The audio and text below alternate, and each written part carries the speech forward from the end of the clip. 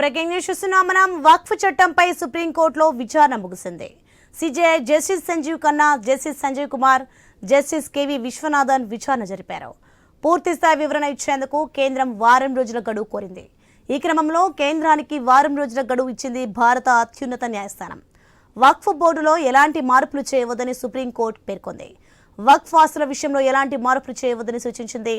Waqf by user ఆస్తులను denotify చేయొద్దని, వారం రోజుల్లో పిటిషనర్లు లేవనెత్తిన అంశాలపై అఫిడవిట్ దాఖలు చేయాలని కేంద్రానికి సుప్రీం ఆదేశం ఇచ్చింది.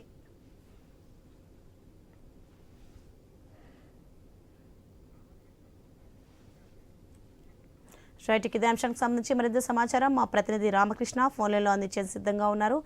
రామకృష్ణ, ఇక వక్ఫ్ చట్టంలో కేసులో సుప్రీంకోర్టు మధ్యంతర ఉత్తర్వులు జారీ చేసింది. వక్ఫ్ ఆస్తుల్లో ఎటువంటి మార్పులు చేయవద్దు అని చెప్పి సుప్రీంకోర్టు పేర్కొంది. ఇక వక్ఫ్ బోర్డులో ఎటువంటి నూతన నియామకాలు కూడా చేయొద్దంటూ చెప్పింది. కేంద్రానికి కౌంటర్ ఫైల్ చేయడానికి వారం రోజుల సమయాన్ని ఇచ్చింది సర్వోన్నత న్యాయస్థానం. వక్ఫ్ సవరణ చట్టంపై స్టే ఇచ్చేందుకు సుప్రీంకోర్టు స్వచ్ఛంగా అంటూ నిరాకరించింది. పిటిషనర్లు లేవనెత్తిన అంశాలపై వారం రోజుల్లో వివరణాత్మక సమాధానం ఇవ్వాలని కేంద్రానికి సర్వోన్నత న్యాయస్థానం ఆదేశాలు జారీ చేసింది.